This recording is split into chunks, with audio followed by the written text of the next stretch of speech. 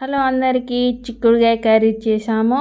Easy ప్రాసెస్లోనే చూద్దాం రండి. పచ్చిమిరపకాయలు 2 స్పూన్ల సాల్ట్ వేసి మిక్సీ పట్టుకొని పక్కకు పెట్టుకోవాలి. కడాయి తీసుకొని ఆయిల్ పోసుకొని జీలకర్ర వేసుకోవాలి. ఆనియన్స్ కూడా వేసుకొని వేయించుకోవాలి బ్రౌన్ కలర్ వచ్చేదాకా. 1 స్పూన్ పసుపు వేసుకొని మొత్తం మిక్సీ వేసుకోవాలి, అంతా కలుపుకోవాలి. చిక్కుడుకాయ మొత్తం వేసుకోవాలి. 1 స్పూన్ సాల్ట్ వేసుకోవాలి, 1 స్పూన్. తర్వాత మొత్తం మిక్సీ చేసుకోవాలి. 30 మినిట్స్ దాకా మూత క్లోజ్ చేసి పెట్టాలి.